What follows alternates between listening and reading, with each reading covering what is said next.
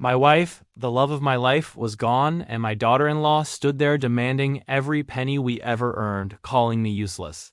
I said nothing, but my heart pounded, waiting for the moment her world would shatter. The inheritance meeting was held in the stuffy conference room of my lawyer's office. Sunlight streamed through the blinds, illuminating dust motes dancing in the air, a stark contrast to the gloom that had settled over my life since my wife's passing. My son, Mark, sat beside his wife, Sarah, looking uncomfortable.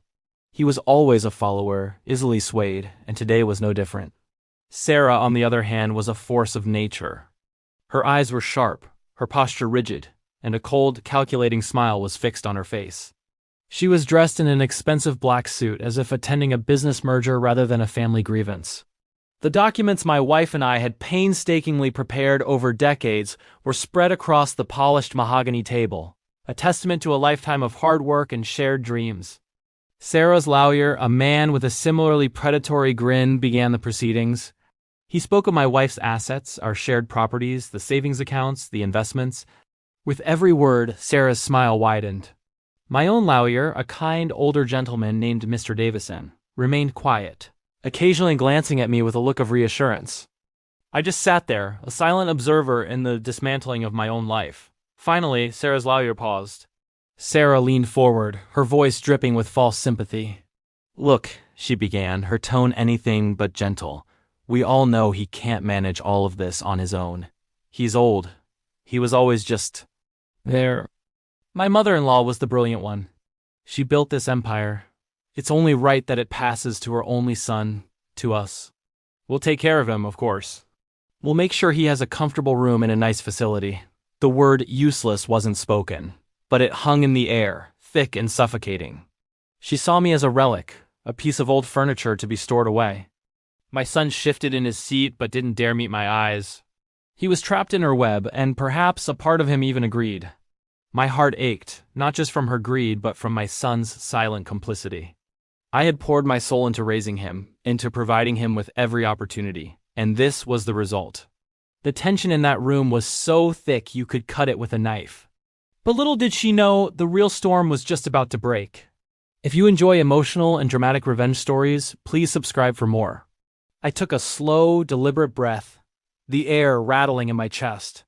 I looked at the portrait of my wife on the wall, her smiling eyes giving me strength. I had known this day would come. My wife, bless her soul, had known it too. She had seen the greed in Sarah's eyes long before I was willing to admit it. We had made a plan, a final act of love and protection. "Mr. Davison," I said, my voice steady, surprising even myself. "I believe you have something to add." Mr. Davison nodded grimly. He opened his briefcase and pulled out a single sealed envelope. He placed it in the center of the table. "Before we proceed," he announced, his voice booming in the quiet room, "there is one more piece of information that is critical to this discussion." Sarah scoffed. "What now? Another sentimental trinket?" "We don't have time for this." Her lawyer smirked in agreement. Mr. Davison didn't flinch. He carefully broke the seal and slid a document out of the envelope. He pushed it across the table toward Mark and Sarah. "This," he said, his eyes locking with Sarah's, "is the result of a DNA test, requested by my late client, your mother, several months ago." The room fell silent. You could hear a pin drop. Mark's face went pale. He looked at the paper, then at me, then at his wife. Sarah's confident smile faltered for the first time. She snatched the paper, her eyes scanning the text frantically. I saw the exact moment the truth hit her. Her eyes widened in disbelief, then narrowed in pure rage. Her face, once a mask of smug superiority, crumpled. The words on the page were simple, clinical, and utterly devastating to her plans. They confirmed a secret my wife and I had carried for over 40 years. Mark was not my biological son. He was the product of a brief, regrettable mistake my wife had made long before we truly found our footing as a couple. I had forgiven her instantly, and I had raised Mark as my own, loving him with every fiber of my being. We never told him, wanting to protect him from a hurt that wasn't his to bear. But my wife knew that this secret, once a source of private pain, would become my shield. Under the law, since Mark was not my biological heir, neither he nor his wife had any automatic legal claim to my personal inheritance. My wife had structured her will meticulously. Her half of our shared assets went into a trust for our future grandchildren to be managed by an independent trustee, Not by Mark or Sarah. Everything that was solely in my name, which was the vast majority of our wealth, remained mine. Utterly and completely mine. The cold smile on Sarah's face evaporated. The carefully constructed world she had imagined, built on my supposed weakness, and her husband's birthright, collapsed into dust around her. Her dream of controlling our family's fortune, of casting me aside like an old coat, was gone. All that was left was the silent, damning truth on a single piece of paper.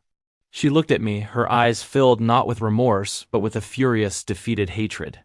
In that moment, I wasn't grieving the loss of a fortune she never had. I was grieving the loss of a son I had loved, who had stood by and let this happen. My revenge wasn't loud or flashy. It was quiet, legal, and absolute. And, in the silence of her shattered ambitions, I finally found a sliver of peace. Thanks for watching. Don't forget to subscribe for more Reddit-style revenge stories.